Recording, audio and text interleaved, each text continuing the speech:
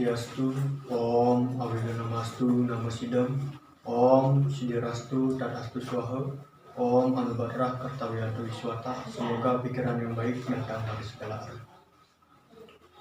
Pertama-tama, tidak lupa dipanjatkan anggawi bahagia Warung Nugraha Ida Sang Yang Dewasa. Sampai saat ini kita masih diberikan kesehatan jasmani dan rohani.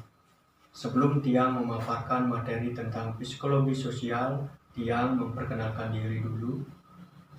Perkenalkan, nama saya Kadek Suwardana, Prodi Penerangan Agama Hindu, semester 5, Staf Batara Guru Kendari.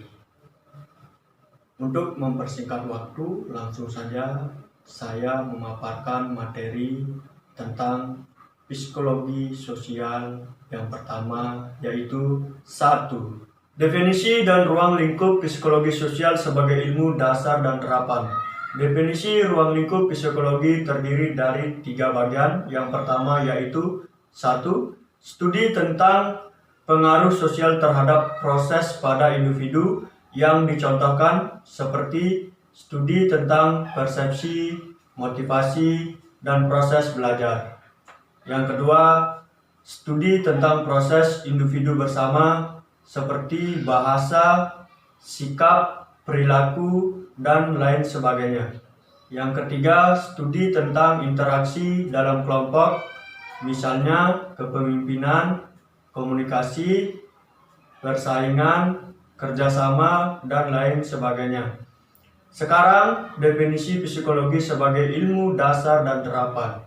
Psikologi sebagai ilmu dasar merupakan sebuah disiplin ilmu dan terapan yang mempelajari mental dan perilaku secara ilmiah, sedangkan psikologi sebagai ilmu terapan adalah teori, konsep, metode, teknik dalam ilmu pengetahuan perilaku yang dilakukan pada berbagai bidang kehidupan manusia. Jadi, sesungguhnya yang disebut psikologi terapan pada umumnya meliputi psikologi dalam dunia industri dan organisasi. Nomor 2. Hubungan antara psikologi, sosiologi, dan psikologi sosial.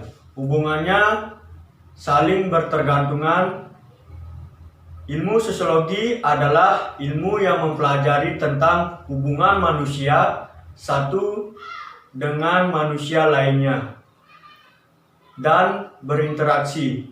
Sedangkan psikologi adalah ilmu yang mempelajari tentang sifat psikis yang ada pada seseorang.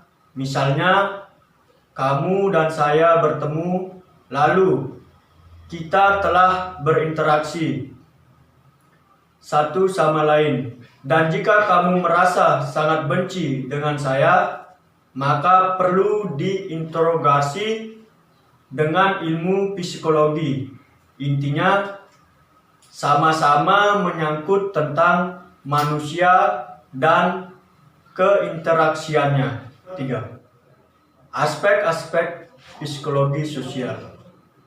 Aspek-aspek psikologi sosial terdiri dari 4 bagian, yaitu 1. Karakteristik dan tingkah laku. Di dalam karakteristik dan tingkah laku terdapat 2 bagian.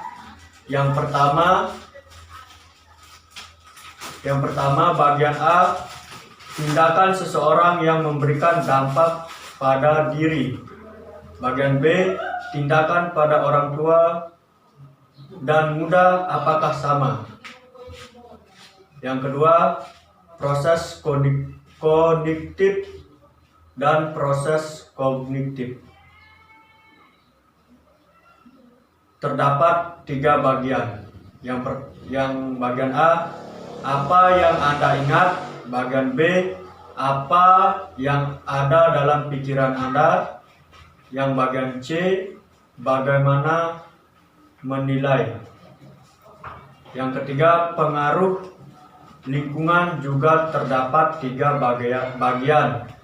Bagian A, apakah tindakan kita saat diinginkan dan panas akan sama. Bagian B, apakah perubahan cuaca akan mempengaruhi tindakan kita?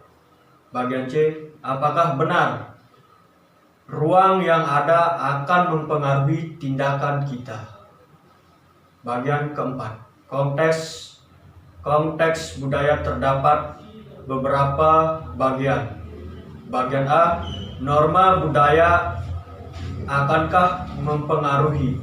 Bagian B, bagaimana laki-laki seharusnya, bagaimana perempuan seharusnya. Nomor 4, mengemukakan salah satu masalah yang ada di lingkungan sekitarnya yang erat kaitannya dengan psikologi sosial sekaligus dengan solusi atau pemecahan masalah. Di sini saya mengangkat tentang masalah kasus pembunuhan. Tidak asing lagi bagi kita semua mendengar yang namanya kasus kriminal pembunuhan. Sering terjadi di lingkungan masyarakat. Kenapa kasus pembunuhan ini masih terjadi? Subjek adalah individu yang besar dalam keluarga yang kurang memberi perhatian kepada dirinya. Ibu subjek jarang berinteraksi dengan subjek. Hubungan antara anggota keluarga berperan penting dalam awal perkembangan individu. Kekuatan emosional dengan ibu pada masa awal perkembangan menyebabkan subjek tidak dapat mengembangkan kepercayaan dan kenyamanan yang mengakibatkan dirinya menjadi individu dengan ketakutan mengembangkan sisi negatif dari tahap perkembangan awal, yaitu kecurigaan dasar. Selain hubungan antara individu dengan orang tuanya, kriminalitas yang dilakukan oleh remaja dapat dipengaruhi oleh keadaan personal dari anggota keluarganya.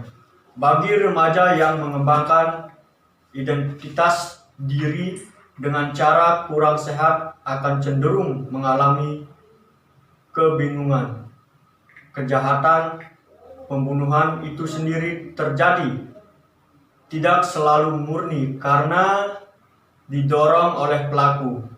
Namun pada anak remaja yang melakukan kejahatan tersebut sering didahului dengan perbuatan korban yang mendorong perilaku untuk melakukan kejahatan.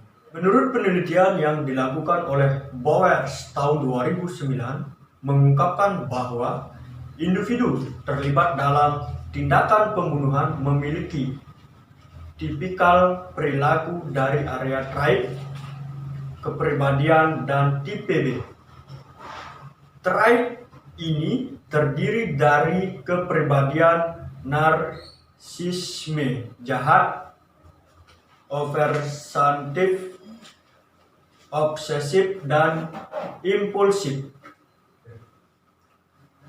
Itulah materi yang bisa saya sampaikan pada kesempatan ini. Semoga dapat bermanfaat bagi kita semua. Kurang dan lebihnya mohon dimaafkan sebesar-besarnya. Akhir kata saya tutup dengan Pramu Santi. Om Santi, Santi, Santi, Om.